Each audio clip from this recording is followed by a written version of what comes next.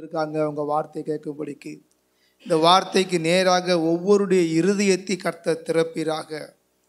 பவுல் பிரசங்கித்த போது ரட்சிப்புக்கு ஏதுவாக லீதியாளுடைய இருதயத்தை திறந்த தேவனாய் கர்த்தர் இந்த நாளில் வந்திருக்கிற ஒவ்வொருடைய பிள்ளைகளுடைய இருதயத்தையும் கர்த்தர் திறந்து பக்தி விருத்தி அடையும்படிக்கு, ஆறுதல் அடையும்படிக்கு, பரிசுத்தம் அடையும்படிக்கு ஒவ்வொரு பிள்ளைகளுடைய வாழ்க்கையில் கிரியை செய்யுங்க. இந்த வார்த்தையை நீங்கள் ஆசீர்வதித்து தாங்கப்பா. இயேசுவின் நாமத்தில் ஜெபிக்கிறோம் நல்ல பிதாவே, சோதரம், ஆமென். இப்போ எபேசியருக்கு நிருபம் 4வது அதிகாரம் 30வது வசனம். அன்றியும் நீங்கள் மீட்கப்படும் நாளுக்கென்று முத்திரையாக பெற்ற தேவனுடைய பரிசுத்த ஆவியை துக்கப்படுத்தாதிருங்கள். போதும். மீட்கப்படும் நாளுக்கென்று முத்திரையாக பெற்ற தேவனுடைய பரிசுத்த ஆவியை துக்கப்படுத்தாதிருங்கள். இந்த மீட்கப்படும் நாளுக்கென்று ஒரு சப்ஜெக்ட் இருக்குது. முத்திரையாக பெறுதல் அப்படி ஒன்று இருக்குது. தேவனுடைய ஆவியானவர் அப்படி இருக்கிறாரு. அடுத்து துக்கப்படுத்தாது 4-5 விதமான காரியங்கள் இருக்குது. நம்ம அதெல்லாம் பார்க்கல. இன்றைக்கு நம்ம தியானிக்க இருக்கிற தேவ செய்தி தலைப்பு பரிசுத்த ஆவியானவரை துக்கப்படுத்தாதிருங்கள். சொல்லுங்க. ரைட். முதலாவது யார் இந்த பரிசுத்த ஆவியானவர்? இந்த பரிசுத்த ஆவியானவருக்கு ஏன் இவ்வளவு இம்பார்ட்டன்ட் கொடுத்தாங்க? ஏன் பிதாவை துக்கப்படுத்தாதிருங்கள், ஏன் இயேசு கிறிஸ்து துக்கப்படுத்தாதிருங்கள் என்று போடாமல் பர்டிகுலராக மாத்திரம் பரிசுத்த ஆவியை துக்கப்படுத்தாதிருங்கள் போட்டிருக்குது. நீங்கள் பரிசுத்த ஆவியை துக்கப்படுத்தினாவே அது பிதாவை துக்கப்படுத்தின அர்த்தம், குமாரனை துக்கப்படுத்தின அர்த்தம். ஆனால் இங்கே ஸ்பெசிஃபிக்காக பரிசுத்த ஆவியானவரை துக்கப்படுத்தாதிருங்கள் என்று சொல்லி ஏன் சொல்லப்பட்டுள்ளது என்றால், யார் இந்த பரிசுத்த ஆவியானவர்? முதலாவது பார்த்தோம்னா, இந்த பரிசுத்த ஆவியானவர் நம்முடைய தேவனாய கர்த்தர் பிதாவாகவும் குமாரனாகவும் பரிசுத்த ஆவியானவரும் 3 வித ஆள் தத்துவம் உடையவராக இருக்கிறார். 3 தேவர்கள் தனித்தனி ஆள் தத்துவம் உடையவர்கள். அவர் 3 பேராக இருந்தாலும் 3 பேரும் ஒன்று போலவே செயல்படுவார்கள். அல்லேலூயா சொல்லுங்க. ஒன்று போலவே சிந்திப்பார்கள். அல்லேலூயா சொல்லுங்க. ஒன்று போலவே யோசிப்பார்கள், ஒன்றாகவே செயல்படுவார்கள். மனிதனுடைய ரட்சிப்பின் காரியத்தில் மட்டும் அவர்கள் தனித்தனியாக தங்களை வெளிப்படுத்தினார்கள். இந்த 3 திரித்துவத்தில் ஏகத்துவம், ஏகத்துவத்தில் திரித்துவம். 3 நபர்கள். நல்லா யாருக்கு வச்சுக்கோ, நம்ம தேவன் 3 நபர்கள். அந்த 3 நபர்களும் ஒன்றாக இருக்கிறார்கள், ஒன்றாகவே இருப்பாங்க. இதை 3ல் 1 நீங்கள் பிரிச்சுட்டீங்கன்னா அவங்க கடவுளே கிடையாது. இதை தெளிவாக இருக்கணும். இயேசுதான் பரிசுத்த ஆவியானவர், இயேசுதான் பிதா. அது 100க்கு 100 கள்ள உபதேசம். பிதா மட்டும்தான் கடவுள், இயேசு இல்லை, பரிசுத்த இல்லைங்க, அதுவும் கள்ள உபதேசம்.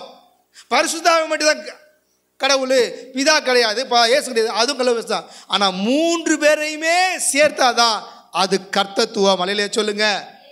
தெளிவாக இருக்கணும். இன்னைக்கு அநேக கள்ள உபதேசம், கள்ள போதங்களை பெருகி கொண்டிருக்கிறது. அப்படியாக இந்த நம்முடைய தேவனாய் கர்த்தர் 3 விதங்கள் இருக்கிறார். பிதாவா, குமாரனாக, பரிசுத்தவனை. இந்த 3 பேர் ஒன்றாக இருக்கிறார்கள். அதுதான் திரித்துவம் சொல்கிறோம். அந்த திரித்துவத்தில் ஏகத்துவம் என்ன? ஆண்டவர் ரட்சிப்பின் காரியத்தில் தனித்தனியாக வெளிப்படும். ஒரு காலத்தில் பிதா வெளிப்பட்டார், ஒரு காலத்தில் குமாரன் ரட்சிக்கும்படிக்கு அந்த பிதாவை பரிசுத்தாவை விட்டுட்டு பூமி இறங்கி வந்தார். இங்கே இறங்கி வந்தாலும் அவங்களோட கூட பிதா இருக்கார், குமாரன் இருக்கிறாரு. நம்ம ஞானஸ்தான நீதி நிறைவேற்றும் போது பிதா வந்து மேலேருந்து இவர் நேசகுமாரன், இவரில் பிரியமாக இருக்குன்னு சொன்னார்.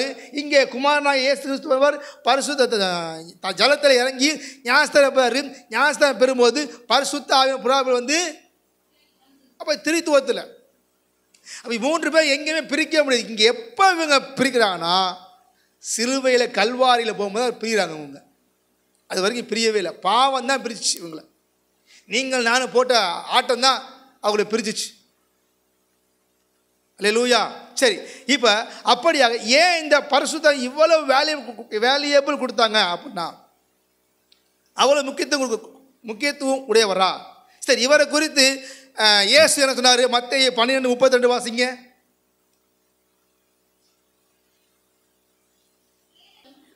எவனாகிலும் மனுஷகுமாரனுக்கு எத்தனை வசனம்? வாசிங்க. எவனாகிலும் மனுஷகுமாரனுக்கு விரோதமான வார்த்தை யாராவது ஆண்டவரை இயேசு கிறிஸ்து விரோதமாக சொன்னா கூட அது அவனுக்கு மன்னிக்கப்படும். எவனாகிலும் இயேசுவினை பார்க்கல, இயேசு குருடர், இயேசுவினை என்னை கைவிட்டார், இப்படி இயேசு விரோதமா நீங்க பேசினா கூட பிதா மன்னிச்சுவார், குமாரன் மன்னிச்சுவார், பரிசுத்த மன்னிச்சுவார். ஆனா இங்க எவனாகிலும் பரிசுத்த ஆவிக்கு விரோதமாய் பரிசுத்த ஆவிக்கு விரோதமா நீ பேசுறீனா அது இம்மையிலும் மறுமையிலும் அவனுக்கு மன்னிக்கப்படுவதில்லை. பரிசுத்த ஆவி நீங்க ஹர்ட் பண்ணீங்கன்னா ரொம்ப கஷ்டம். சரி, இயேசு சொன்னாரு, பிதா என்ன சொன்னாரு? ஏசாயாவின் தீர்க்கதரிசன புஸ்தகம் 63 அதிகாரம் 10 வசனம் வாசிங்க. அவர்களோ கலகம் பண்ணி அவருடைய பரிசுத்த ஆவியை விசனப்படுத்தினார்கள். அவருடைய யாரை விசனப்படுத்தினார்கள்? பரிசுத்த ஆவியை விசனப்படுத்தினார்கள். அப்படின்னா கிரீவ்ட், அப்படின்னா வருத்தப்பட்டார். பரிசுத்த ஆவியானவர் இஸ்ரவேல் ஜனங்கள் நிமித்தமாக ஹர்ட் பண்ணாங்க, வருத்தப்பட்டார். அதிலே 12 வாசிங்களே. அவர்கள் நடுவிலே தம்முடைய பரிசுத்த ஆவியை இருக்க கட்டளையிட்டு மோசேயின் வலது கையை கொண்டு அவர்களை தமது மகிமையின் புயத்தினாலே நடத்தி தமக்கு நித்திய கீர்த்தியை உண்டாக்க. போதும். இப்ப இஸ்ரவேல் ஜனங்கள் எகிப்தில இருந்து கானானுக்கு போறாங்க. எத்தனை வருஷம் போறாங்க? இந்த 40 வருஷமும் அவங்களோட கூட யார் இருந்து தெரியுமா? பரிசுத்த ஆவியானவர். இல்லையே சொல்லுங்க. இப்ப பாருங்க, பரிசுத்த ஆவியானவர் கூட இருந்தாராம். பிதா நீ கூட இருந்தீங்கன்னா லீட் பண்ணிட்டு வரணும். பரிசுத்த கூட இருந்தாரு.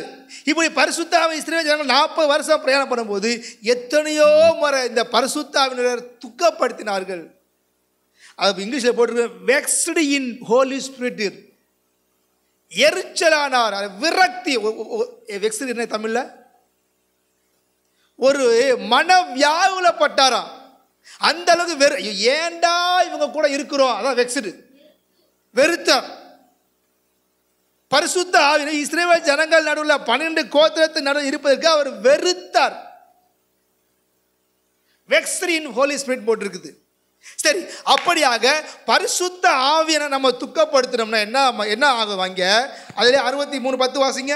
அதனால் அவர் அவர்களுக்கு சத்ருவாய் மாறி. எதனால? கொஞ்சம் பேக்ல படிங்க. அவர்களோ கலகம் பண்ணி அவருடைய பரிசுத்த ஆவியை விசனப்படுத்தினார்கள். அவர் வெக்ஸார அளவுக்கு நடந்தாங்க. அதனால் அவர் அவர்களுக்கு சத்ருவாய் மாறி. சங்கீதம் 78:40 வாசிங்க. 78:40. எத்தனை தரமோ வனாந்தரத்திலே அவருக்கு கோபமூட்டி. எத்தனை தரம் இவங்களுக்கு ஆண்டவரை கோபப்படுத்தினாங்க? 78:40. அவாந்தர வெளியிலே அவர் விசனப்படுத்தினார்கள். வெக்ஸார் அளவுக்கு, வெறுக்கிற அளவுக்கு, ஐயோ தலையில அடிச்சிடும், ஐயோ அது போல வெறுக்கிற அளவுக்கு பரிசுத்த ஆவியினரை காயப்படுத்தினார்கள், பரிசுத்த ஆவியினரை துக்கப்படுத்தினார்கள். அதனால பிதா அவருக்கு சத்ருவா மாறினாராம். அவரே அவங்களை யுத்தம் பண்ணினாராம். ஹலோ, ஆசீர்வதிக்க வேண்டியவர் நமக்கு எதிராக மாறினா எப்படி ஆசீர்வாதமாக இருக்க முடியும்? உங்க மூலமாக உங்க வாழ்க்கையில பரிசுத்த ஆவியானவர் மகிமைப்படுறாரா இல்லை துக்கப்படுறாரா? நீ செய்கிற இஸ்ரவேல் ஜனங்கள் வரும்போது விக்கிரக வணக்கம் செஞ்சாங்க, விக்கிரக வழிபாடு செஞ்சாங்க, உபச்சாரம் செஞ்சாங்க, வேஸ்தனை பண்ணார்கள், அந்நிய தெய்வங்களை வணங்கினார்கள், அந்நிய நுகத்துல அந்நிய திருமணம் செஞ்சாங்க. இதெல்லாம் செய்ய பரிசுத்த அப்படியே வேதனைப்பட்டாரு. நீ எந்தெந்த காரியத்தை பரிசுத்த வேதனைப்படுத்திக்கிற? உங்களை இருக்கிற பரிசுத்த ஆவியானவரை எத்தனை தடவை நீ காயப்படுத்திக்கிற, எத்தனை வேலைப்பட்டிருக்க? ஆமா, முதல்ல பரிசுத்தம் இருக்கிறாரா கூட தெரியல. நீ தான் சொல்லணும், இருக்கிறாரா முதல்ல. அப்ப பரிசுத்த இயேசு அங்கே சொல்றாரு, பரிசுத்தாவிக்கு விரோதமா பேசாதீங்கப்பா, பரிசுத்தாவை காயப்படுத்தாதீங்கப்பா.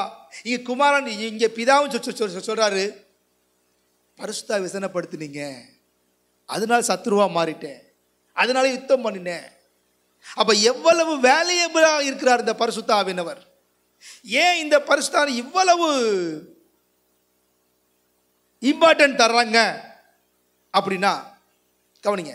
என்னை கண்டடைகிறவன் பிதாவை காண்கிறார். அப்ப பிதாவை காணணும், யாரை பார்க்கணும்? ஏசு கிறிஸ்து தான் ரூட்டு.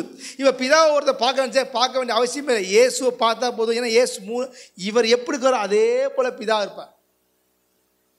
ரைட். இப்போ பிதாவை பார்க்க என்ன வழி? இயேசு. இப்போ இயேசுவை பார்க்கணும்.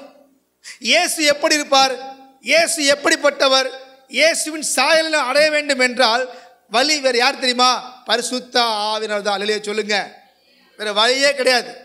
அப்போ இயேசு பாருங்க, நம்ம வருகையில் 1 யோவான் 3:2 போட்டிருக்குது, இப்பொழுது நம்ம தேவனுடைய பிள்ளைகளாக இருக்கிறோம், இனி எவ்விதம் இருப்போம் என்று வெளிப்படவில்லை, ஆகிலும் அவர் வெளிப்படும் போது அவர் இருக்கிற வண்ணமாகவே, அப்ப அவருக்கு ஒப்பாக மாற வேண்டும். இயேசுக்கு இணையாக படிக்கிறோம். இயேசுவை போல மாற வேண்டும். இயேசுவை பற்றி அறிந்து கொள்ள வேண்டும்னா அதுக்கு இயேசுவை பற்றி அறிந்து கொள்ள கற்றுத்தருகிறவர், நம்மை உருவாக்குறது யாருன்னா பரிசுத்த ஆவியானவர். அல்லேலூயா. சொல்லுவார், நான் போவது நல்லது, நான் போன பின்பு வேறொரு தேற்றவான வருவார், அவர் வந்து நான் உங்களுக்கு போதித்தபடியே நீ நடக்க வேண்டிய வழியை சொல்லிக் கொடுப்பாரு, உங்க மேல கண்ணை வச்சு ஆலோசனை சொல்லுவாரு, பாவத்தை குறித்தும் நீதி குறித்தும் நியாயத்தை கண்டித்து உணர்த்துவாரு. அவர் முழுக்க முழுக்க முழுக்க முழுக்க என்ன வேலை? பரிசுத்தம்னா இயேசுவை பற்றி நீ அறிந்து கொள்ள வேண்டும், இயேசுவின் சாயலை நீ தெரிந்து கொள்ள வேண்டும், இயேசுவின் சாயலை உருவாக்க வேண்டும். இன்னும் தெளிவாக சொல்லணும்னா, மேக்கப் போடுறவங்க பேர் என்ன தெரியுமா? தெரியாதா? ஒரு கல்யாண வீட்டில் போகும்போது மணப்பெண்ணுக்கு மேக்கப் போடுறாங்க, அந்த அந்த அந்த அம்மா பேர் என்ன? பியூட்டிஷியன். பரிசுத்தாவினுக்கு நான் வச்ச பேர் பியூட்டிஷியன். அல்லேலூயா சொல்லுங்க. அப்ப மணப்பெண்ணை அலங்கரிக்கிற வேலை செய்யற வேலை தான் பரிசுத்தாவின வேலை. அல்லேலூயா சொல்லுங்க. ஒரு திருமணம் ஆக போற பெண்ணை ராஜா அந்த மாப்பிள்ளைக்கு ஏற்றால் போல மணப்பெண் அலங்காரத்தை அலங்கரிப்பது போல பரிசுத்த ஆவியானவர் மணவாளாக இயேசு கிறிஸ்துவுக்கு ஏற்ற ஒரு மணவாட்டியாக ஒரு மனைவியாக உருவாக்குறவதான் பரிசுத்த ஆவியானவர். அல்லேலூயா சொல்லுங்க. நீ அவரே ஹர்ட் பண்ண எப்படி நீ மணவாட்டியாக உருவாக்குவ? நீ எப்படி வருகையில் போவ? அப்போ உன் வாழ்க்கை ஆவியானவர் ஹர்ட் பண்ணுற மாதிரி இருக்குதா? உன் திங்கிங், உன்னுடைய தாட்டு, உன்னுடைய பேச்சு அவரை ஹர்ட் பண்ணுதா?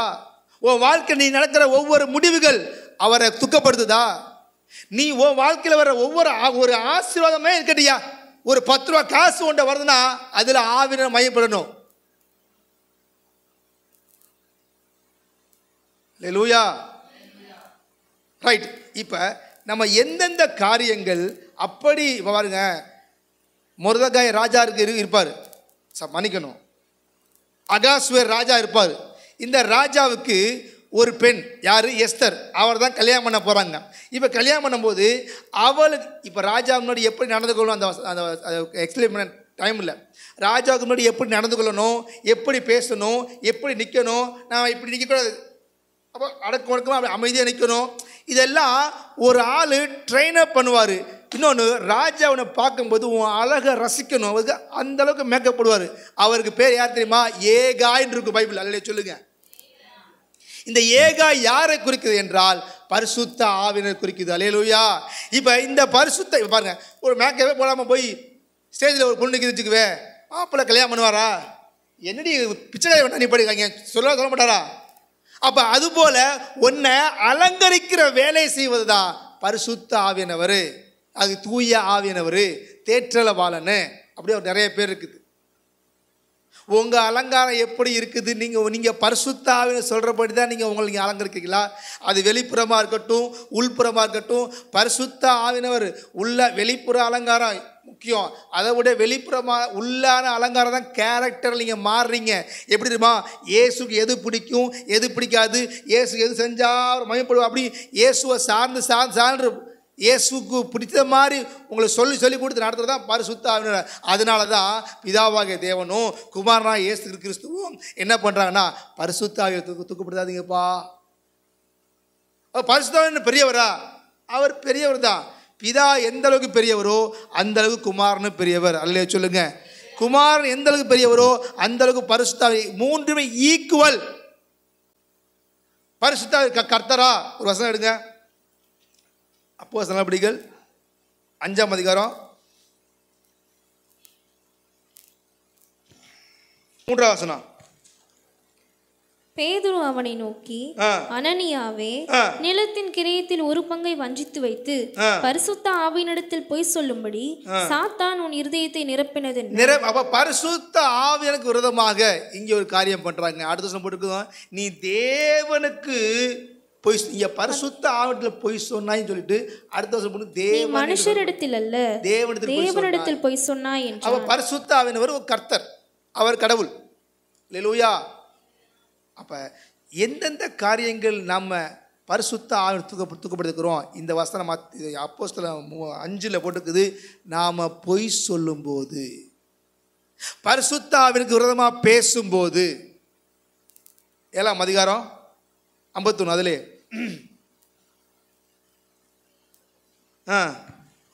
அப்போஸ்தலர் 7 வணங்கா கழுத்துள்ளவர்களே, வணங்கா கழுத்துள்ளவர்களே, இருதயத்திலும் செவிகளிலும் விருத்த சேதனம் பெறாதவர்களே, எவ்வளவுதான் சொன்னாலும் காதுக்குள்ள போகாம அடைச்சிருக்கிறீங்களே, உங்கள் இருதயத்தை கடினப்படுத்திருக்கீங்களே, ஏன் உங்கள் பிதாக்களைப் போல நீங்களும் பரிசுத்த ஆவிக்கு எப்பொழுதும் எதிர்த்து நிற்கிறீர்கள். பரிசுத்த ஆவியானவர் ஒவ்வொரு வாரமும் ஞாயிற்றுக்கிழமை பேசிட்டு இருக்காரு. அன்றைக்கு இஸ்ரவேலர்கள் ஸ்தேவான் மூலமா பேசுறாங்க. பேசும்போது எல்லாரும் கல்லை விட்டு எரிஞ்சு கொண்டாங்க அவனை. இப்போ கர்த்தருடைய ஆவியானவர் ஊழியக்காரன் பேசும்போது நீ இந்த வார்த்தைக்கு கீழ்ப்படியாம எதிர்த்து நின்றீன்னா ஆவியானவர் துக்கப்படுறார்.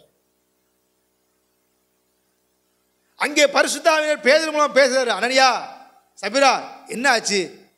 அங்கே போய் சொன்னா பரிசுத்த ஆவியானவர் துக்கப்படுறாரு. நீ பேசுற யாருக்கு விரோதமா பேசுற? தேவ மனிதனுக்கு விரோதமா பேசுற. ஆனா பேசுறது யாரு?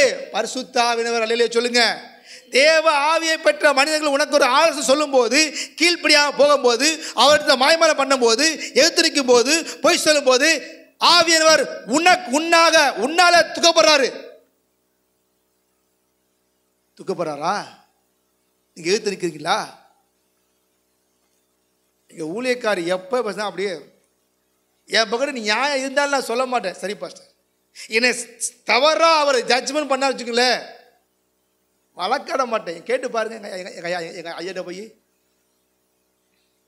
சரி சரி சரி நானாவது பரவாயில்ல, என்னை விட அவர் பால் பாஸ் ரொம்ப சூப்பர், நானாவது சில நேரத்தில் வந்து ஆர்கியூ பண்ண சொல்வேன். நான் வந்து பால் பாஸ் அப்படியே சாடுற, அவர் சொன்னாரா அப்படியே கேட்பார், 100க்கு 100. அல்லேலூயா.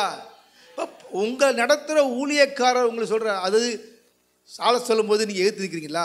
ஒருவேளை உங்கள் விருப்பத்துக்கு இணங்காமல் உங்கள் விருப்பத்துக்கு எதிராக பேசுவார்.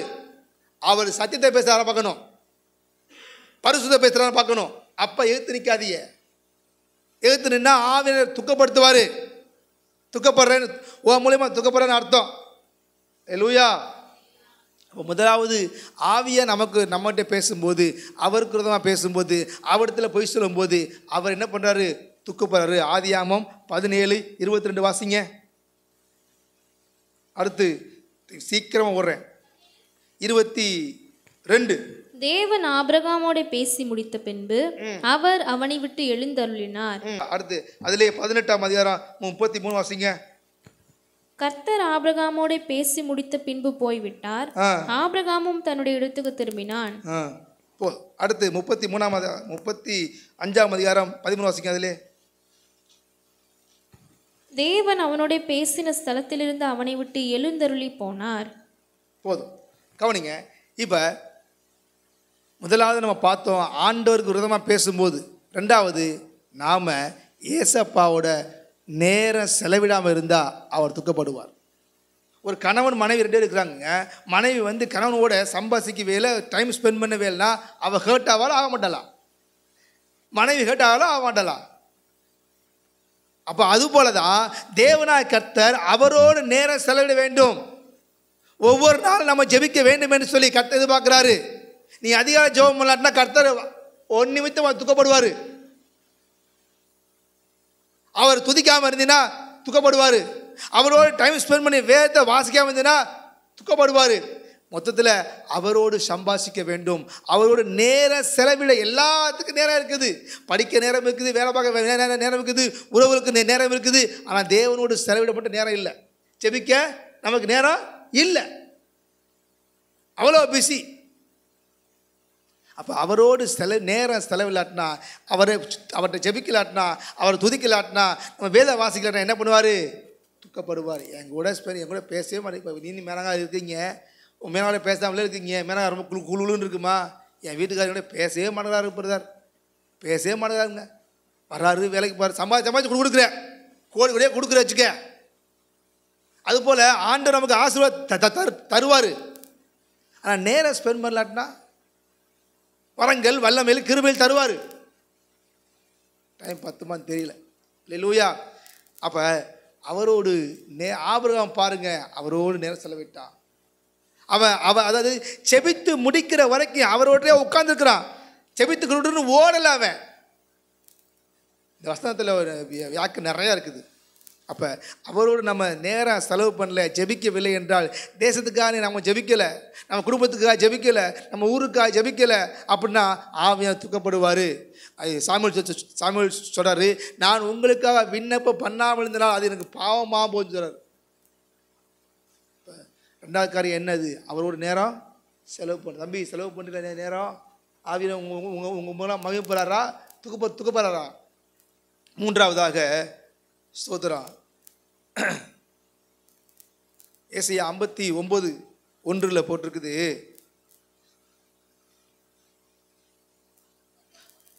பாவம் செய்யும் போது 2 வாசிங்க. உங்கள் அக்கிரமங்களை உங்களுக்கும் உங்கள் தேவனுக்கும் நடுவாக பிரிவினை உண்டாக்குகிறது. பிரிவினை உங்கள் பாவங்களை அவர் உங்களுக்கு செவி கொடாதபடிக்கு அவருடைய முகத்தை உங்களுக்கு மறைக்கிறது. நிறைய வசனம் இருக்குது, நான் இந்த வசனத்தை சொல்றேன்.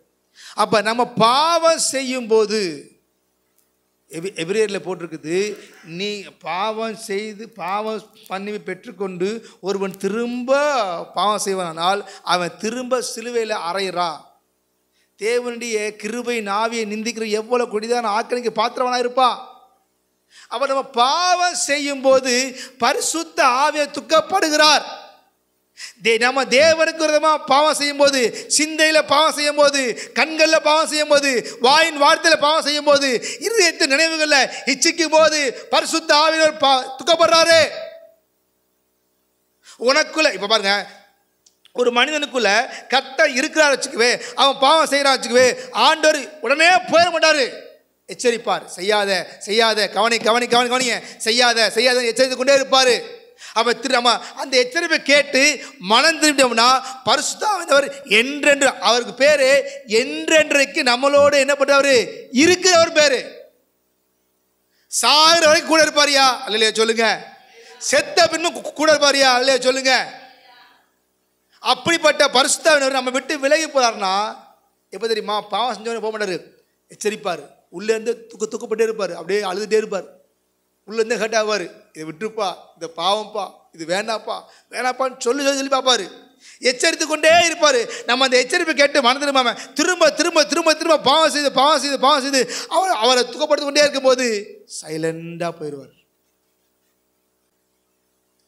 போயிடுவார்.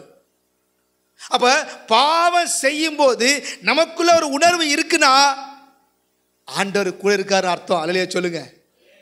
நமக்குள்ள பக்கு அடிக்குது பத்தியா, அது யாரு? பரிசுத்த ஆவியானவர் அடிக்கிற ஓசை, மணி அது. அப்ப பாவம் செய்யும் போது நமக்குள்ள ஒரு துணிகரம் இருந்துச்சு, எந்த ஒரு உணர்வுமே இல்லாட்டினா ஆவியானவர் இல்லைன்னு அர்த்தம். ஏன்னா அவர் பாவத்தை குறித்தும் நீதியை குறித்தும் நியாயத்தை குறித்து கண்டித்து உணர்த்துவார். உணர்றியா நீ? பாவம் செய்யும் போது உணர்றியா நீ?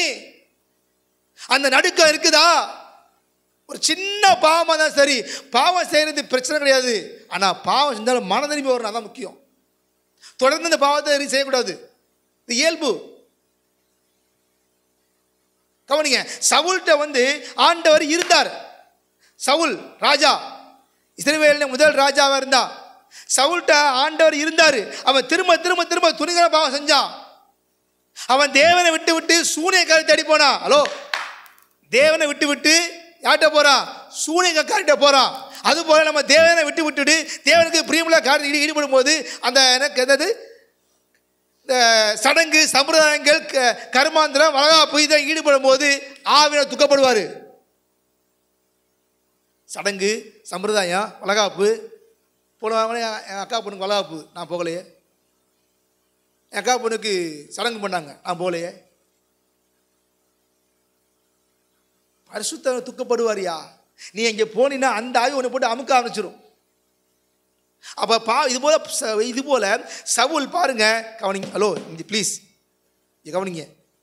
சவுல் ஆண்டு எத்தனையோ முறை எச்சரித்தாரு, திரும்ப திரும்ப திரும்ப 40 ஆண்டுகள், கிட்டத்தட்ட ஒரு 30 ஆண்டுகளாக ஆண்டு கிரேஸ் கொடுத்தார் அவனுக்கு. அவன் மனம் திரும்பல. ஆண்டு சைலண்டா வெளில போயிட்டார். சிம்சோன் ஆண்டவர் அவன் கூட தான் இருந்தாரு. அவனை போல பராக்கிரமம் யாருமே இல்லை. இன்னைக்கு படத்தில் பார்த்தா ஒத்தாள் பறந்து பறந்து அடிக்கிறான். ஒரே ஆளு 100 பேர் 1000 பேர் அடிக்கிறான். உண்மையிலே ஒரே ஆள் 1000 பேர் அடிச்சாயா? அல்ல சொல்லுங்க. பராக்கிரமசாலி. ஸ்தோத்திரம், கர்த்தருக்கு மகிமை உண்டாகட்டும். அப்போ அவளை பாருங்க, ஒருத்தன் இங்கே பாருங்க, டைம் இருக்குது, சிங்கத்தை அப்படியே வாயை அப்படியே 2ஆ பிரிச்சான், பிளந்துட்டான். நம்மளால முடியுமா? ஒரு ஆட்டை வைக்க முடியுமா? நம்ம ஆட்டுக்கிட்டே பயப்படுறோம். நம்ம ஆனால் ஒரு கோழியை பிடிக்கவே நம்ம கோழி குஞ்சை பிடிக்க பயப்படுறான். அவன் பாரு சிங்கத்தை அப்படியே 2ஆ. ஏன்? அப்படியெல்லாம் பராக்கிரம காரியங்கள் செய்த சிம்சோன் மீது கர்த்தருடைய ஆவியானவர் கூட இருந்தார். ஆனால் அவனோ வேசியை தெரிந்து கொண்டான். பொம்பளைகிட்ட போயிட்டான், விழுந்து போயிட்டான். அவன் போனவன் நல்ல போலியை பிடிச்சான், அவன் வேசியை பிடிச்சிட்டான்.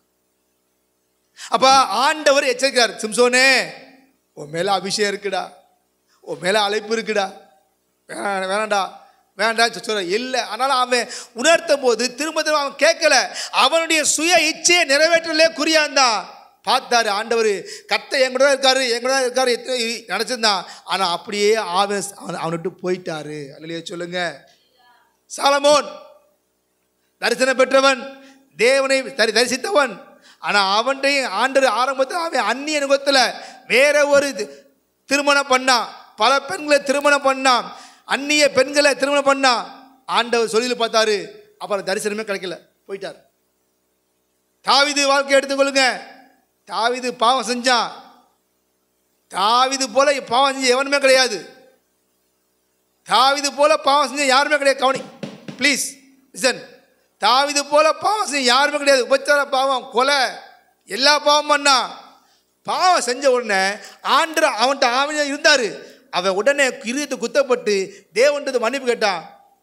அவன் பாவம் செய்யும்போது, ஆண்டவரே தயவு செய்து உங்க சமூகத்தை விட்டு தள்ளிடாதீங்க, உங்க பரிசுத்தா என்னட்டு எடுத்துக்கொள்ளாதீங்க, தயவு செய்து பரிசுத்தா எடுத்து போயிடாதீங்க சொல்லி கெஞ்சி ஜெபம் பண்ண. ஏன்? அவனுக்கு தெரியும் பரிசுத்தா இல்லாட்டா சோழி முடிஞ்சு போயிடும், பிசாசு கொண்டு போய் கொன்றுவான். அல்லேலூயா. உடனே மனம் திரும்பி வந்த உடனே, அதனால தான் ஆண்டவர் தாவீதை ஆசீர்வதித்தார். பரிசுத்தாவை துக்கப்படுத்தல உண்மைதான். உடனே காமர்வஸ் ஆகிட்டான். இப்போ பொண்டாடிக்கு புருஷனுக்கு சண்டை வந்துருச்சு, உடனே பிரிஞ்சு போயிடுறதா? டிவோர்ஸ் கொடுத்துறதா? இல்லை. பூமிக்குரிய வாழ்க்கையில் டிவோர்ஸ் கிடையவே கிடையாது. அல்லையா சொல்லுங்க. ஆவிக்குரிய வாழ்க்கை டிவோர்ஸ் கிடையவே கிடையாது. அல்லையா சொல்லுங்க. உடனே ஆவியாக நமக்கு டிவோர்ஸ் வரதா அர்த்தமா? உடனே நம்ம சமாதானப்படுத்தி நைட்டு வரும்போது ஏதாவது புரோட்டா வாங்கி, ஏதோ அல்வா வாங்கி, ஏதாவது ஒன்று வாங்கி கொண்டு கொடுத்து நைஸ் பண்ணிக்க வேண்டியது தானே. அப்போ என்ன பண்ணும்? உடனே அது போல் உடனே போய் முட்டி போட்டு, சாரி ஏசப்பா என்னை மன்னிச்சிருங்க, அப்படி என்னை மன்னிச்சிருங்க, தப்புன்ட்டு எது தப்புன்னு சரண்டரா. தப்பை நியாயப்படுத்தி பேசுனா ஆண்டவர் மன்னிக்க விடாரு. தப்பு ஒத்துக்கணும். பாவம் செஞ்சீங்கன்னா ஆண்டவர் போயிட்டே இருப்பார். அவர் பாவத்தை சுத்த கண்ணன் சொல்லி பார்ப்பாரு. ஒரு முறை 2 முறை சொல்லுவார், மனம் திரும்பலையா அப்படியே ஆண்டவர் அழகாக போயிடுவார். அவர் போயிட்டார் வச்சுங்களேன், போனாலும் அந்நிய பாசை இருக்கும், ரபரபா இருக்கும். அதை வச்சு ஆண்டு நம்மோடு இருக்காரு அர்த்தம் கிடையாது. அது அவர் இருந்தால் வரோம். அந்நிய பாசத்தை பேசுறதெல்லாம் பரிசுத்தவான் பேசுற அர்த்தம். அவங்க பேசி பழக்கப்பட்டது, அவங்க திரும்ப பேசுறாங்க, இமிடியேட் பண்ணி பேசுவாங்க. அவர் போனாலும் பாசை இருக்கும், கைத்தட்டு இருக்கும், பாட்டு இருக்கும், எல்லாமே இருக்கும். ஆனால் அவர் இருக்க மாட்டார். அவர் தந்துட்டு போனது இருக்கும். புருஷன் அப்போ டிவோர்ஸ் ஆனாலும் ஜீவனாம்சம் கொடுக்குறாங்கல்ல, அதுபோல தான். அப்போ பரிசுத்த ஆவியானவரை உங்களை விட்டு போக விட்டுறாதீங்க, துக்கப்படுத்த விடாதீங்க. கலாத்தியர்கள் நிருபம் 3ஆம் அதிகாரம் 3ஆம் வசனம், 3வது காரியம். ஆவியினாலே ஆரம்பம் பண்ணின நீங்கள், ஆவியினாலே ஆரம்பம் பண்ணின நீங்கள் இப்பொழுது மாம்சத்தினாலே முடிவு பெற போகிறீர்களோ? இப்பொழுதா? அப்ப ஆவியில ஆரம்பம் பண்ண நீங்கள், சபைக்கு போற நீங்கள், பரிசுத்த அபிஷேகம் பண்ணப்பட்ட நீங்கள் எதுல முடிக்கிறீங்க? அப்ப இதுக்கு என்ன அர்த்தம்? 3வது நம்ம பார்க்க போறது, மாம்சத்தில் நம்ம நடக்கும்போது, அதாவது நம்ம வாழ்க்கை எடுக்கிற ஒவ்வொரு முடிவும் வேத வசனத்துக்கு ஒத்ததாக இருக்கணும், பரிசுத்த ஆவியானவர் இயேசுவை மையப்படுத்ததாக இருக்கணும்.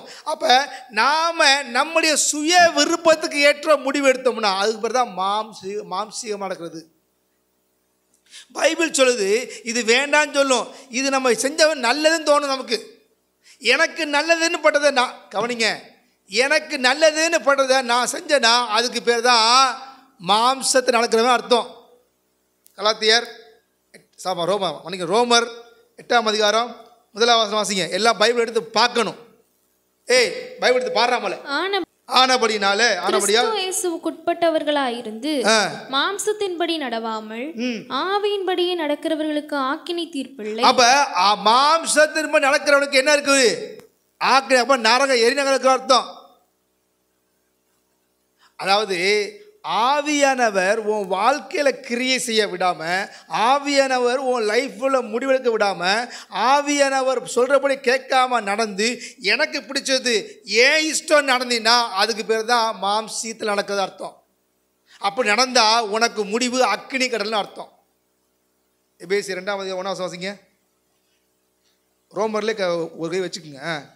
எபேசியர் 2ஆம் அதிகாரம் 3ஆம் வசனம். அவர்களுக்குள்ளே நாம் எல்லாரும் முற்காலத்திலே நமது மாம்ச இச்சையின்படியே நடந்து நமது மாம்சம் மனசும் விரும்பினவைகளை செய்து சுபாவத்தினாலே மற்றவர்களைப் போல கோபாக்கினையின் பிள்ளைகளாயிருந்தோம். தேவன் போதும். பாரு, என் மனசும் என் மாம்சமும் விரும்புத செஞ்சாலே நீ கோபாக்கினைக்கு எரிநரத்துக்கு செலக்டட் அர்த்தம். அக்கினி கடலுக்கு நீ யுவர் அப்பாயிண்டட் அர்த்தம். என் மனசு விரும்பியது, ஐயா உன்னுடைய நியாயமான விருப்பம் ஆசையில் கர்த்தர் நிறைவேற்றுவார். நீதிமான விரும்புகிற வாய்க்க போகணும். ஆனால் வேத வசனத்துக்கு விரோதமாக, சத்தியத்துக்கு விரோதமாக நீ ஆசைப்பட்டா நீ நரகத்தான் போவ. அக்னி கடலுக்கு கன்ஃபார்ம்டு. 2 வருஷம் உனக்கு எடுத்து கொடுத்துருக்கேன். மனசும் மாம்சமும் விரும்புகிற செய்கிறவன் கோபாக்கினைக்கு பிள்ளைகளாக இருக்கிறான். நீ தேவனுக்கு பிள்ளை கிடையாது. எவர்கள் தேவனுடைய ஆவியில் நடத்தப்படல அவர்கள் தேவனுடைய புத்திர. அப்ப தேவ ஆவியை உன்னை நடத்தாம, பரிசுத்த நடத்தாம ஓ இஷ்டத்துக்கு நீ வாழ்ந்தீங்கன்னா நீ கோபாக்கினின் பிள்ளை, நீ தேவனுடைய பிள்ளை கிடையாது. அதே ரோமர்கள் நிருபம் 1:14 வாசிங்க. எவர்கள் தேவனுடைய ஆவியில் நடத்தார்களோ அவர்கள் தேவனுடைய புத்திர. போதும். அப்ப தேவ பிள்ளையா? அப்ப தேவன் ஆவியானவர் தான் வாழ்க்கையில் முடிவு எடுக்கணும். ஆவியானது பிடித்த மாதிரி தான் உன் லைஃப் ஸ்டைல் அமையணும். 8:17 வாசிங்களே. ஆமாம் 17. நாம் பிள்ளைகளானால் சுதந்திரமுமாமே, தேவனுடைய சுதந்திரமும் கிறிஸ்துவுக்கு உடன் சுதந்திரமுமாமே, கிறிஸ்துவுடனே கூட நாம் மகிமைப்படும்படிக்கு அவருடனே கூட பாடுபட்டாகும். மனசும் மாம்சத்துக்கு ஒரு வித்தியாசம் வரேன். ஆவியான இருந்தார்னா நீ கிறிஸ்து நிமித்தமாக ஒரு பாடு வருது, ஒரு கஷ்டம் வருது, சத்தியத்தை கை கொள்ளும் போது உன் சொந்தக்காரன் பாய்க்கிறேன் வச்சுக்குவே, இந்த பாடு வேண்டாம், எனக்கு ஏன் இந்த பாடு அனுபவிச்சிங்க, நான் உண்மையாக தானே இருந்தேன், எனக்கு ஏன் இந்த நிந்த அப்படின்னு சொல்கிற யார் தெரியுமா? மாம்சம் சொல்லும். ஆனால் ஆவியானவர் இந்த பாடு நல்லது, இந்த பாடுதான் நாளைக்கு உனக்கு மகிமையை கொண்டு வர போகுது, இன்னைக்கு நீ படுற கஷ்டத்தை நாளைக்கு உனக்கு ஆசீர்வாதம் தரப்போகுது, இன்னைக்கு நீ வடிக்கிற கண்ணீர் தான் நாளைக்கு உனக்கு ஆசீர்வாதம் மாறப்போகுது. இது ஆவியானவர் சொல்லுவார். ஆவிய மேலே போட்டிருக்கு, ஆவியானவர் தாமே தம்முடைய ஆவினாலே சாட்சி கொடுப்பார் போட்டிருக்கு. மேலே வசனம் பார்த்தீங்கன்னா அப்போ பாடு வேணான்னு சொல்லும், கஷ்டம் வேணும், வரும் ஆசீர்வாதம் ஆசீர்வாதம் ஆசீர்வாதம், செழிப்பு செழிப்பு செழிப்பு செழிப்பு. இது மாம்சம் சொல்லும். அவமானம் நிந்த வேணும்னு சொல்கிறது தான் ஆவியானவர். அல்லையிலே சொல்லுங்க. அல்லேலூயா. அப்போ நான்காவதாக ஆவியானவர் துக்கப்படுத்த காரியம், நம்ம ஆவியானவர் கண்ட்ரோல் பண்ண விட்டு கொடுக்காம நம்ம இஷ்டத்துக்கு நடந்தோம்னா அப்போ ஆவியானவர் என்ன பண்ணுவார்? துக்கப்படுவார். அடுத்து 1 தெசலோனிக்கேயர் முதலாம் நிருபம் 5ஆம் அதிகாரம் 19. 5வது என்ன துக்கப்படுத்துறோம்? ஆவியை அவித்து போடாதிருங்கள். போதும். அடுத்த ஆவி அவித்து அவ்வளோதானா? ஒரு பாயிண்ட் தானா? சரி. ஆவியை அவித்து போடணும் அப்படின்னா put off the spirit of fire அப்படின்னா உனக்குள்ள வைக்கப்பட்ட அபிஷேகத்தை, உனக்குள்ள வைக்கப்பட்ட வரத்தை, உனக்கு இந்த தாழ்ந்துகளை நீ பயன்படுத்தாமல் இருந்தீங்கன்னா ஆவியானவர் துக்கப்படுத்துவார். 1 தீமோத்தேயு 4ஆம் அதிகாரம் 14 வாசிங்க. 14. மூப்பராகிய சங்கத்தார் உன்மேல் கைகளை வைத்தபோது தீர்க்க தரிசனத்தினால் உனக்கு அளிக்கப்பட்ட வரத்தை பற்றி அசதியாயிராதே. நீ போதும். அப்ப நீ தேறுகிறது யாவருக்கும் விளங்கும்படி இவைகளை சிந்தித்து கொண்டு வரு. ரைட், கவனிங்க. இப்ப நமக்கு ஒவ்வொருத்தருக்கும் அபிஷேகம் பண்ணப்பட்ட ஒவ்வொருக்கும் ஒரு வரம் கொடுத்துருப்பாரு இல்லையா? ஒரு தாளந்து கொடுத்துருப்பாரு, ஒரு திறமை. உனக்கு வரமே இல்லையா? நான் உனக்கு பாடுற பாடல் தந்து கொடுத்துக்காருல, அதை வச்சு நீ பாடி பாடி ஆண்டரை மயப்படுத்தலாம்ல. உனக்கு பாடவும் தெரியாது, ஜெபிக்க தெரியுமில்ல, நீ நல்ல நான் ஊரில் உள்ளவங்களுக்காக ஜெபித்துக்கலாம்ல. உனக்குன்னு கொடுக்கப்பட்ட ஐயா ஒன்றுமே எனக்கு தெரியாதியா, நல்லா வேலை செய்வேன். சர்ச்சில் வந்து பாய் போடு, சர்ச்சில் வந்து ஃபேனில் போடு, ஃபேன் லைட்டை போடு, எல்லோரும் ஆராதனை முடிஞ்சு போனில் ஃபேன் லைட்டை ஆஃப் பண்ணு, பாயை மடக்கி வை. இது ஒரு தாளந்து தான். டாய்லெட் கழுவுறதுக்கு ஒரு அபிஷேகம் தெரியுமா உங்களுக்கு? எல்லாரும் டாய்லெட் கழுவ மாட்டாங்க. நீங்கள் கழுவிங்களா? நம்ம வீட்டு டாய்லெட்டை கழுவ மாட்டோம். சர்ச்சில் உள்ள டாய்லெட் எப்படி கழுவான்? இதெல்லாம் ஒரு தாளந்து, பணிவிடைகள். அப்போ சிலர் வந்து அவங்களுக்கு ஜெபிக்க தெரியாது, ஆனால் நல்ல வேலை வைப்பாங்க. அதுதான் பண்ண அவங்களுக்கு கொடுத்த தாளந்து. அந்த தாளந்தை நம்ம என்ன பண்ணால் ஆண்டருக்காக பயன்படுத்தணும்.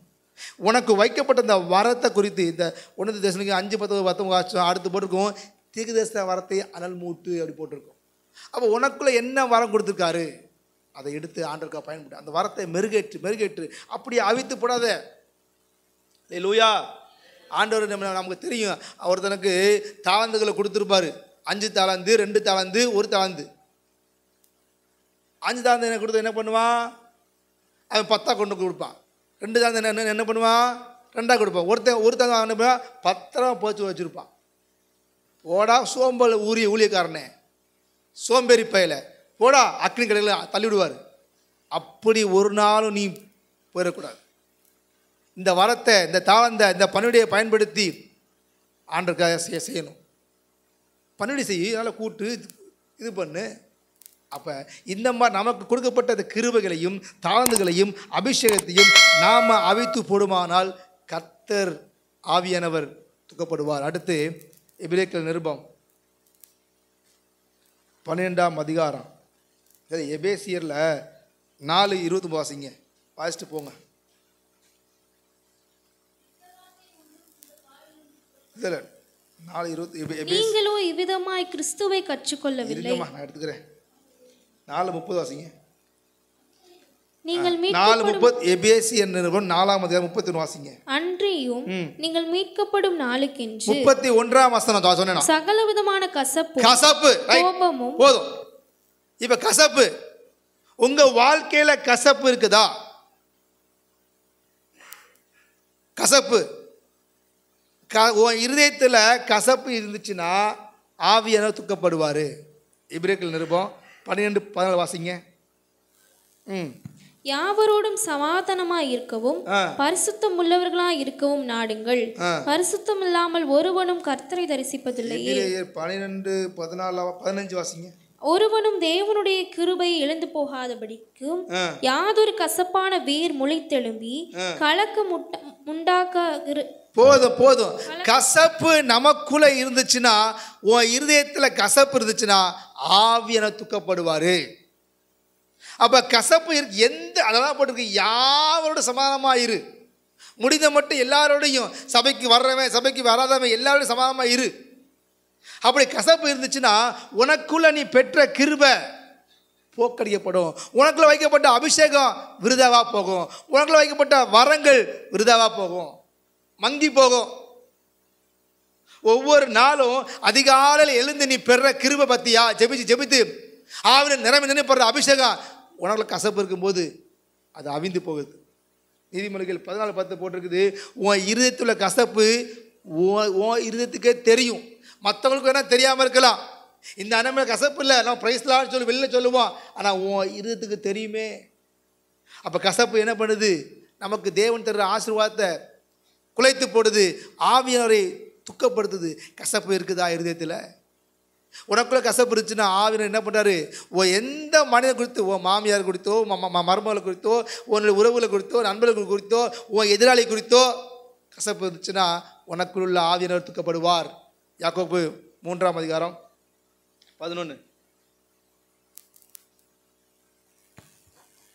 ஒரே ஊற்று கண்ணிலிருந்து ஊற்று கண்ணிலிருந்து தித்திப்பும் கசப்புமான தண்ணீர் சுரக்குமோ? போதும். அப்ப ஒரே ஊற்றிலிருந்து கசப்பான இருதயத்தில் இவனை குறித்து, என் பக்கத்தில் உட்கார்ந்து குறித்து அவ்வளோ கசப்பு வெறுப்பு, அவன் மேலே இத்தனை பகையை வச்சுட்டு இருக்கும்போது எப்படி தேவனை ஆராதிக்க முடியும்? அப்படியே நீ ஆராய்ச்சி வர்ற கிருபை ஓட்ட பார்த்தது ஊற்றப்பட்ட தண்ணி போல கீழே போயிடும். இருதயத்தில் கசப்பு இருந்துச்சுன்னா எரிச்சல் உண்டாகும். அந்த எரிச்சல் என்னாகும்? நாளடைவ கோபம் உண்டாகும். அந்த கோபம் என்னாகும்? பகையை உண்டாகும். பகை என்ன உண்டாகும்? சண்டை உண்டு பண்ணும். இந்த சண்டை நாளடைவில் கொலையில் போய் மரணத்தில் விழுந்துடும், மரணத்தில் முடியும். அதனால தான் ஆரம்பத்தில் கசப்பை வேரோடு எடுத்து போடுன்னு எபிரேய ஆட்சியர் சொல்லிக்காரு. வேரோடு அழிச்சு போடு கசப்பு. என்னமோ தெய்வம் எனக்கு கொடுத்த கிருபை, நான் தைரியம் சொல்லுவேன். எவ்வளோ நம்பிக்கை துரோகம், யாருமே கசப்பு இல்லை, தூக்கி போயிட்டே இருப்பேன். ஆண்டவர் கொடுத்த கிருபைன்னு சொல்லுவேன். அல்லேலூயா, அல்லேலூயா, அல்லேலூயா. ஐயா, எதிராளி உன் மேலே கசப்பாக இருந்தால் இருக்கட்டும், நீ கசப்பாக இருக்காத. கசப்பாக இருக்கக்கூடாது, அது அவனுடைய பாடு. நீ ஒருவேளை அந்த கசப்பான அனுபவங்களை உன்னால் மறக்க முடியலன்னா நீ தேவ சமூகத்தில் இறக்கி வச்சுட்டு போயிட்டே இருக்கணும். அன்றே இந்த மனுஷன் மேலே கசப்பாக இருக்குது, இந்த மனிதனை பார்த்தாலே எனக்கு கசப்பு வருது, என்னால் அவன் செய்த துரோகத்தை மறக்க முடியலப்பா. ஏன் இங்கே ஏசாவை பற்றி சொல்லிக்காரு தெரியுமா? அந்த எப்படி 12 ஏசாவை பற்றி போட்டிருக்கோம். ஏன் இங்கே ஏசாவை பற்றி சொல்லியிருக்குது? ஏசா தன் சகோதரனாக யாக்கோபு செய்த துரோகத்தின் நிமித்தமாக ஏமாத்திருந்தான், அவன் மேலே ஒரு கசப்பு இவனுக்கு இருந்துச்சு. இந்த கசப்பு இருந்து என்ன ஆச்சுன்னா நாளடைவில் என்ன தெரியுமா? இவன் மேலே ஒரு எரிச்சல் கோபம் பகை சண்டையை போட்டான், கொல்ற அளவுக்கு போயிட்டான். சொந்த சகோதரனை தப்பிச்சு ஓடுறான். ஓடிட்டு போன திரும்ப வர்றான். மாம்சத்துக்குரிய ஏசா அவனே அந்த கசப்பை எடுத்து போட்டு ஆவிக்குரிய சமானமாகறான். அல்லையா சொல்லுங்க, அவனே எடுத்து போட்டு சமானமாக. நீ ஆவிக்குரியவனி எவ்வளவா இருக்க வேண்டும். அல்லேலூயா. அப்போ கசப்பு கூடாது நமக்கு. கர்த்தருக்கு மகிமை உண்டு. அடுத்து 2வது எபேசியர் 4:30 வாசிங்க. 31 அடுத்து என்ன வருது? சகலவித கசப்பு. அடுத்து கோபம். போதும். அடுத்து கோபம். 2 விதமாக கோபங்கள் இருக்குது. 1 சாமுவேல் 11:6 போட்டிருக்குது, சவுல் கோபம் மூண்டவனாகி அப்படி போட்டிருக்கு. இது என்ன கோபம்? இது ஆவிக்குரிய கோபம். தப்பு கிடையாது. சத்தியத்துக்காக கோபம் தப்பு கிடையாது. இயேசுநாதர் சபையில் ஆலயத்தில் சவுக்கு எடுத்து கோபம் ஒன்று அடி அடித்தார். பகுத்தறிஞர் ஆவிக்குரிய கோபம் ஒன்று இருக்குது. எங்கள் பாஸ்டர் பப்ளிக்காக கோபப்பட்டுருவார், அதுக்கு பேர் ஆவிக்குரிய கோபம், தப்பு கிடையாது. மாம்சத்துக்குரிய, ஆனால் மாம்சத்துக்குரிய கோபம் கூடாது. நீ கோவப்படும் போது நீதிமொழிகள் 12:16 போட்டுருக்குது, முட்டாள் தான் அதிகமாக கோவப்படுவான். கோவப்படுறது இயல்பு, ஆனால் அதிகமாக கோவப்படும். முட்டாள் தான் அதிகம் கோவப்படுவான், ஆவிக்குரிய கோவப்பட மாட்டான். அந்த டிடி மனோகரன் ஐயா பாருங்க, கோவமே வரல, அவ்வளோ சந்த குணம். அப்போ நம்ம அதிகமாக கோவப்படுறோம், நம்ம யார் தெரியுமா? முட்டாள்னு அர்த்தம். பைபிள் சொல்லுது, நீதிமொழிகள் 12:16 போட்டிருக்குது. அப்போ இப்போ மூடன் சீக்கிரத்தில் கோவப்பட்டுடுவான் போட்டிருக்குது. கோபம் வேண்டாம். நீதிமொழிகள் பிரசங்கி 10:4 போட்டிருக்குது, கோபப்படாம பொறுத்து போகணும். யாக்கோபு 1:2 வாசிங்க, 1:20 வாசிங்க.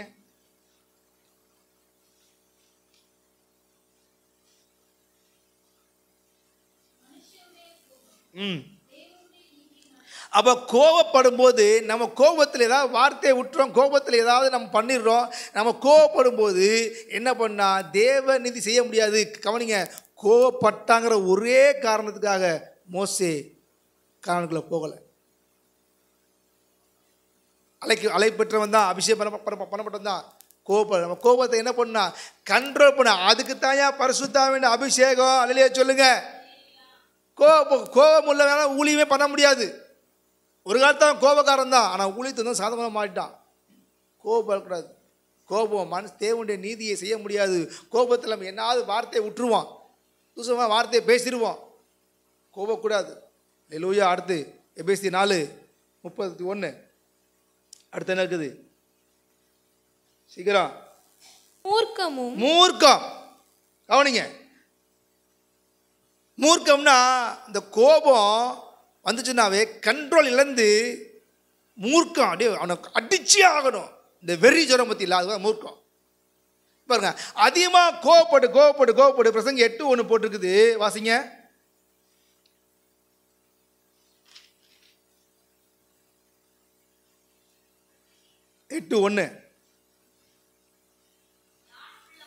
ஞானம் உள்ளவனுக்கு ஒப்பானவன் யார்?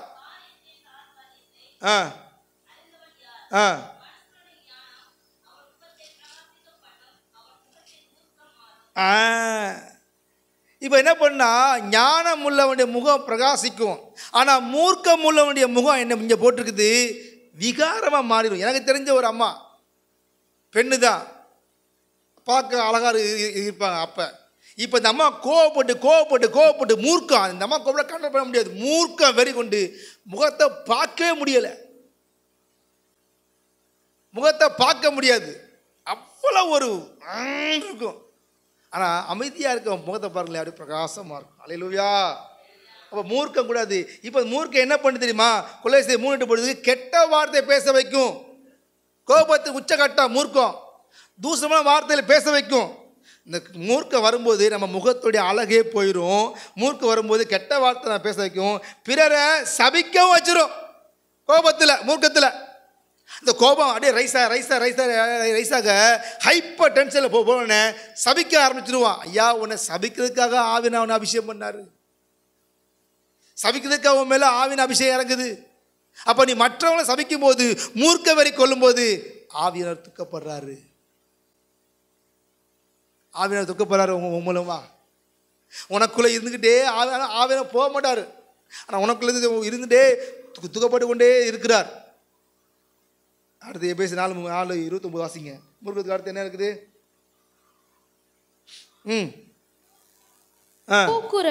கூக்குரல். அந்த கோபத்தில் உக்கர கத்தி ஊற கூட்டுறது, இதெல்லாம் இருக்குதா? நீதிமான்களுடைய கூடாரத்தில் ரட்சிப்பின் கம்பீர சத்தம் வரணும், மாறாக சண்டை சத்தம் அலறல் சத்தம் வருது. அப்போ என்ன அர்த்தம்? இப்போ உன் வீட்டில் நீ கூக்குரல் இடும்போது ஆவியை என்ன பண்ணுறாரு? துக்கப்படுகிறார். அல்லேலூயா, அல்லேலூயா. அடுத்து அதுக்கு பார்த்தீங்கன்னா விராத். அடுத்து தூஷணம். எபேசியர் 4:29 போட்டிருக்கு தூஷணம். அப்போ அவதூறா பேசும் ஸ்லாண்டர் வேர்ட்ஸ், அவதூறா பேசும்போது, அதாவது புரணி பேசும்போது, பிறரை பற்றி குறை பேசும்போது உனக்குள்ள இருக்கிற பரிசுத்த ஆவினவர் துக்கப்படுறாரு. நீதிமொழிகள் 16:28 போட்டிருக்குது, கோல் சொல்றவன் போட்டு விடுறவன் என்ன பண்றான்? பிரிச்சு விடுறான். வாசிங்க 16, 17, 9 வாசிங்க. 16:28 சீக்கிரம் வாசிங்க, டைம் இல்லை. ஆமா, மாறுபாடு உள்ளவன் சண்டையை கிளப்பி விடுகிறான். அவன் பாருங்க, இவங்க போட்டு விட்டு என்ன பண்றாங்க? சண்டை உண்டாக்குறாங்க. இதுக்கு பிறகு தூஷணம். கோல் சொல்லுகிறவன், கோல் சொல்றவன் பிராண சிநேகிதரையும் ரொம்ப டீப் ரிலேஷனாக உண்மையான ஃப்ரெண்டையே பிரிச்சு விட்டுறாங்க. அப்ப நீங்க பேசுற வார்த்தை புறணி பேசும்போது, கோல் மூட்டி விடும்போது ஆவியானவர் துக்கப்படுறாரு. நண்பன் உங்கள் வாயில பேசுகிற வார்த்தையினால நீங்கள் கலகமூட்டுற வார்த்தை பேசுகிறீங்களா, இல்லை உறவுகளை சேர்க்கிற வார்த்தை பேசுகிறீங்களா, உறவுகளை பிரித்து வர வார்த்தை பேசுகிறீங்களா, நண்பர்களை பிரித்து வர வார்த்தை பேசுகிறீங்கன்னா ஆவியானவர் துக்கப்படுறாரு. நீ உன் வாயிலிருந்து புறப்படுற வார்த்தை பக்திக்கு ஏதோ வார்த்தையாக்கணும். உன் வாயிலிருந்து புறப்படுற வார்த்தை சமாதானத்துக்கு ஏதோ வார்த்தையாக்கணும். உன் வாயிலிருந்து புறப்படுற வார்த்தை சத்தியத்தை சொல்கிற வார்த்தையாக இருக்கணும். மாறாக நீ தூசணா பேசுகிற. அடுத்து போட்டிருக்குது, எந்த துர்க்குணமோ அப்படி தெரியுமா, உன் மாம்ச எண்ணங்கள் ஜென்ம சுபாவங்களே உன்னை விட்டு எடுத்து போடணும். நீ முழுக்க முழுக்க மாம்சத்துக்குரிய இல்லாமல் ஆவிக்குரியவனாக மாறணும். தேவ ஆவியை நடத்த நீ செய்கிற ஒவ்வொரு செயலையும் உன்னை பார்த்தா இவங்க ஆவிக்குரியவங்கன்னு சொல்லணும். நான் இதில் தவறிக்கிறேன் இல்லைன்னு சொல்லல. உடனே ஆனோட ஒப்புரவாகணும், ஜோம் பண்ணணும். ஜோம் பண்ணிருக்கிறேன் இன்னும் நான் பூரணப்பட்ட சொல்ல முடியாது, தடுமாற்றம் இருக்குது. லூயா ஜெயிச்சு ஒவ்வொரு இது போராட்டம் உண்டுங்க. உடனே ஒரே நாள் வராதுங்க. ஒவ்வொரு நாளும் ஜெயிச்சு தான் வரணும். நம்ம மரணம் வரைக்கும் போராட்டம் உண்டு. வர்றம்மா இருமா, டைம் இருக்குது. ஸ்தோத்திரம். லூயா. அடுத்த வருஷம் 31 வாசிங்கள எபேசியரில் 32 வாசிங்க. அப்போ பாருங்க, நம்ம மாம்சத்துக்குரிய மாம்சத்துக்குரிய நடக்காமல் ஆவிக்குரிய மாறணும். அடுத்து நீங்கள் உண்மையிலே நீங்கள் ஆவிக்குரிய மாறிட்டீங்கன்னா நீங்கள் மன்னிக்க ஆரம்பிச்சிருவீங்க. நீங்கள் கிறிஸ்து உங்களை மன்னித்தது போல நீங்கள் ஒருவருக்கொருவர் மன்னிப்பீங்க. மன்னிச்சுன்னா என்ன தெரியுமா ஆசீர்வாதம் நடக்கும். ஆதியாகமத்து புஸ்தகம் 26 அதிகாரம் 16 வாசிங்கள.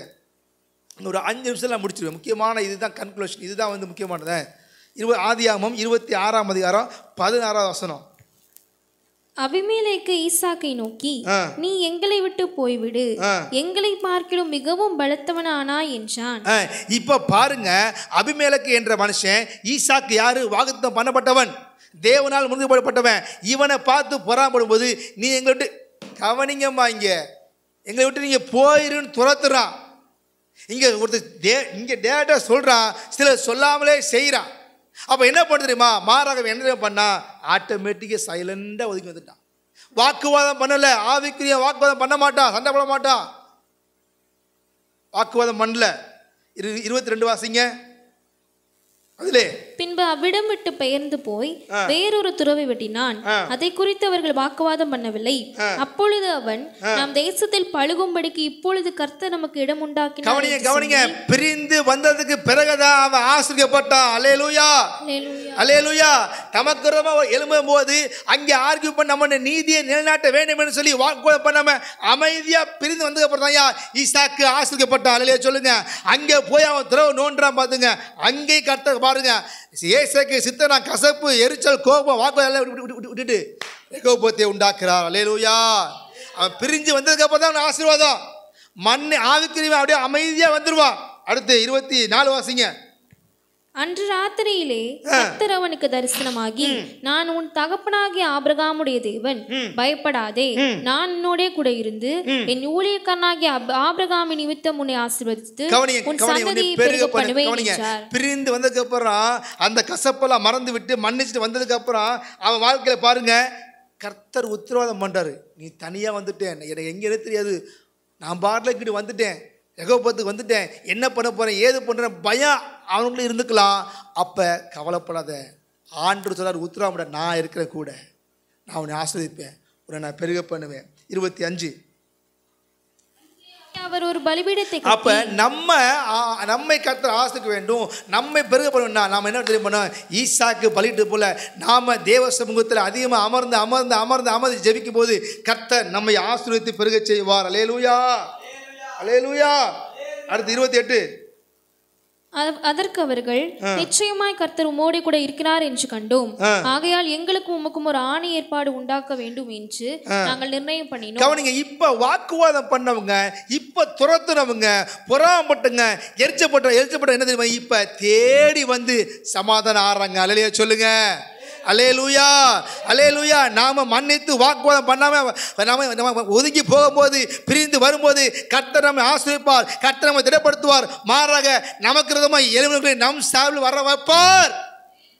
அன்னைக்கு ஈசாக்கு ஆராய்ச்சி அதே தேவன் தான் நீங்க ஆராய்ச்சி கொண்டிருக்கிறோம். அல்லேலூயா. ஈசாக்கு செய்த போல் நம்மை கர்த்தர் உயர்த்துவார். அல்லேலூயா. 28 வாசிங்க. வாசிச்சா இப்ப பாருங்க 33 வாசிங்க. செம்ம. அதற்கு சேபா என்று பெயரிட்டான். இப்ப பாருங்க, இவங்க வந்து சமாதானம் பண்ணி வந்த உடனே சேபா என்று பெயரிட்டு என்ன பண்றான், புதிதாக அந்த இடத்துக்கு பேர் செபா என்று பெயரிடுகிறான். அல்லேலூயா, அல்லேலூயா. அப்படியாக பிரிந்து வந்த தேசத்துக்கு தாங்க எக்லீசியா என்று பெயர் வச்சிருக்கான். அல்லேலூயா சொல்லுங்க ஐயா. எக்லீசியா என்றாலே சத்தியத்துக்கு என்று பரிசுத்தத்துக்கு பிரித்துக்கப்படும் என்று அர்த்தம். அல்லேலூயா சொல்லுங்க. அல்லேலூயா. அப்படியாக அவன் பிரிந்து வந்த தேசம் ஒரு ஊரா மாறுனுச்சு, ஒரு பட்டணமா மாறுனுச்சு. அல்லேலூயா. ஈசாக்கு பிரிந்து வந்த தேசத்தை கர்த்தர் ஆசீர்வதித்து போல நம்முடைய தேசத்தை கர்த்தர் ஆசீர்வதிப்பாராக. நம்ம பிரிந்து வந்த இந்த இடத்தை கர்த்தர் ஆசீர்வதித்து பெருக செய்வாராக. அல்லேலூயா. மன்னிச்சதுனாலதான், ஒதுங்கி வந்தனாலதான் பிசாசு சொல்லுவான், மாம்சம் சொல்லும், அவர்கள் செய்த துரோகத்தையே திரும்ப திரும்ப திரும்ப நினைப்போட்டுவா. எதிரி அழியணும், எதிரி சாகணும்னு சொல்லுவா. இல்ல, பிசாசு சொல்றது, அவன் திருடவும் கொல்லவுமே அன்றி வேற ஒன்றுக்கு வரமாட்டான். ஆனா நானும் அவர்கள் ஜீவன் உண்டாக்க பரிவு மறந்துக்கிறேன். உனக்குள்ள ஆவேந்தர்னா சொல்லுவாரு, நீ மன்னிச்சிரு, நீ மன்னிச்சிரு. ஆனா பிசாசு சொல்லுவான், இல்ல இல்ல அவங்க தண்டிக்கப்பட்ட வேணும், தண்டிக்கப்படணும்னு சொல்லுவான். பிசாசு அழிக்கணும் நினைப்பான். ஏசு கிறிஸ்து வரவர் ஜீவன் உண்டாக்க நினைப்பாரியா? அவன் எதிரியா பார்க்க சொல்லுவாரு.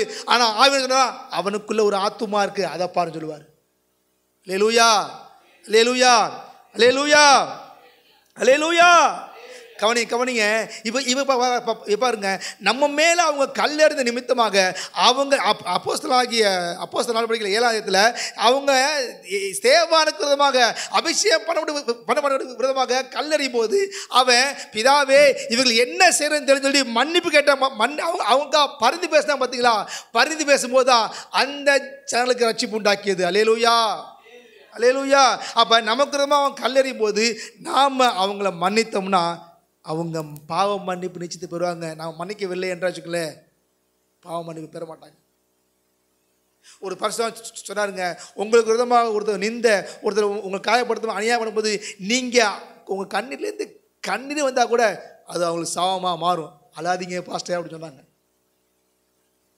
ஒரு பரிசுத்தவான் சொன்னார், நீங்கள் அழுதாதீங்க, ஏன்னா பரிசுத்தவான் கண்ணீர் வந்து நீங்கள் கீழே வடிஞ்சிங்கன்னா அது சாபமாக மாறும். நீதிமான்களுடைய கண்ணீர் சாபமாக மாறும். அது துக்கம். அல்லேலூயா, அல்லேலூயா, அல்லேலூயா. நீங்க புதிய மனுஷனாய் இருப்பது, கவனிங்க, யாக்கோபு அவன் துரோகம் பண்ணி போன அப்புறம் ஏசா மாம்சத்துக்குரியவனே மன்னிச்சிட்டான். அதில் ஒரு ரகசியம் இன்னைக்கு படித்தேன். மன்னித்த உடனே அண்ணங்களை போய் சேர்ந்து வாழல, அவன் பிரிஞ்சு தான் வந்தான். பிரிந்து வந்ததுக்கப்புறம் தான் அவன் ஆசிரியப்பட்டான். இல்லையா சொல்லுங்க. அப்போ நீ பிரிஞ்சு வந்ததுக்கு நீ கவலைப்படாத. ஈசாக்கை திடப்படுத்த தேவனாய் கர்த்தர் உன்னை திடப்படுத்துவார், உன்னை ஆசிரியப்பார், பெருக பண்ணுவார். அப்போ ஆவியாக நம்ம தூக்கப்படுத்தாமல் இருக்கும்போது எந்தெந்த காரியத்தை நம்ம ஆவியாக தூக்கப்படுத்துக்கிறோம் கொஞ்சம் யோசிச்சு பாருங்க. இனிமேலாவது அபிஷேகம் பண்ணப்பட்டவன் எப்படி இருப்பான், ஆவிக்குரிய எப்படி இருப்பான்? நம்ம வாயிலிருந்து தூசணமான வார்த்தைகள், கெட்ட வார்த்தைகள், சாபமான வார்த்தை வரக்கூடாது. ஆவியை நம்ம மூலம் மகிமைப்பட வேண்டும். உங்கள் மூலம் மகிமைப்படுவாரா? உங்கள் மூலம் மகிமைப்படுறாரா? ஆவியை தூக்கப்படுறாரா? யோசிச்சு பாருங்க. நம்ம அப்படியே தேவன்கிட்ட ஒப்பு கொடுப்போம். ஆண்டவரே, இதுவரைக்கும் எத்தனையோ முறை உங்களை தூக்கப்படுறதுக்கு ஏசப்பா, ஒரு 2 நிமிஷம் மாத்திரம் ஜெபம் பண்ணுங்க. டைம் இல்லை, ஜெபம் பண்ணுங்க. இப்போ நம்ம தியானித்த காரியத்தில் நம்ம என்னைக்காவது ஊழியக்காரனுக்கு விரோதமாக பேசினோம்னா அது ஆவியினை துக்கப்படுத்தும். பாவம் செய்யும்போது ஆவியினை துக்கப்படுத்தும். அவரோட நேரம் செலவு பண்ணாமல் ஜெபம் பண்ணாமல் இருக்கும்போது ஆவியினை துக்கப்படுத்துவார். நம்ம மாம்ச இச்சைகள் நிறைவேற்றும் போது, சுயத்தை விருப்பங்கள் நிறைவேற்றும் போது ஆவியினை துக்கப்படுத்துவார். அடுத்து ஆவியை நமக்கு தான் வரங்களை பயன்படுத்தாமல் இருக்கும்போது துக்கப்படுவார். கசப்பு இருந்துச்சுன்னா, கோபம் இருந்துச்சுன்னா, மூர்க்கம் இருந்துச்சுன்னா, மன்னிக்க முடியாத காரியம் இருந்துச்சுன்னா, தூஷணங்கள், கூக்குரல், எந்த துர்க்குணம் இதெல்லாம் இருந்துச்சுன்னா, கசப்பு இதெல்லாம் கோபம் இருந்துச்சுன்னா ஆவியானவர் துக்கப்படுவார். ஆவியானவரே அப்படியே ஆண்டரை ஒப்பு கொடுங்க. ஒரு நிமிஷம் ஆண்டரை மன்னிப்பு கேளுங்க. ஆவியானவரே உங்களை நான் ரொம்ப ஹர்ட் பண்ணிட்டேன் ஆவியானவரே, ஆனாலும் என்னை விட்டு நீங்கள் போகலையேன்னு சொல்லுங்கள். என்னை விட்டு போகாமல் எனக்குள்ளே இருந்து நீங்கள் உணர்த்திக்கிட்டே இருக்கிறீங்க ஆவியானவரே. நன்றி ஏசப்பா. இனிமேல் அவங்களை துக்கப்படுத்த மாட்டாண்டவரே. தேவனுடைய குமாரை தங்கள் காலின் கீழ் மிதித்து தன்னை உடன்படிக்கை செய்த பரிசுத்தத்தை அசுத்தம் என்று எண்ணுகிறவனுக்கு எவ்வளவு கொடினா ஆக்கினை பாத்திரம் பாரு. அப்படி போகக்கூடாது. நம்ம அவர் தர்ற மன்னிப்பை, அவர் தர்ற கிருபையை நம்ம வீணடிக்கக்கூடாது. இப்போவே ஒப்பு கொடுங்க. இனிமேல் அவங்களை ஹர்ட் பண்ண மாட்டாண்டவரே. ஆண்டவரே என்மேல் கண்ணை வைத்து பிரயோஜனமாக இருக்கிற வழியில் என்னை நடத்துங்க ராஜா. என் சத்துருக்கள் நிமித்தம் நீதின் நடத்துங்கப்பா. உங்களுடைய ஆலோசனைப்படியே என்னை நடத்தி முடிவில் மகிமையில் ஏற்றுக்கொள்ளுங்க. ஆசிரியங்கப்பா. உங்கள் நாமம் பெறட்டும். இயேசுவின் நாமத்தில் பிதா.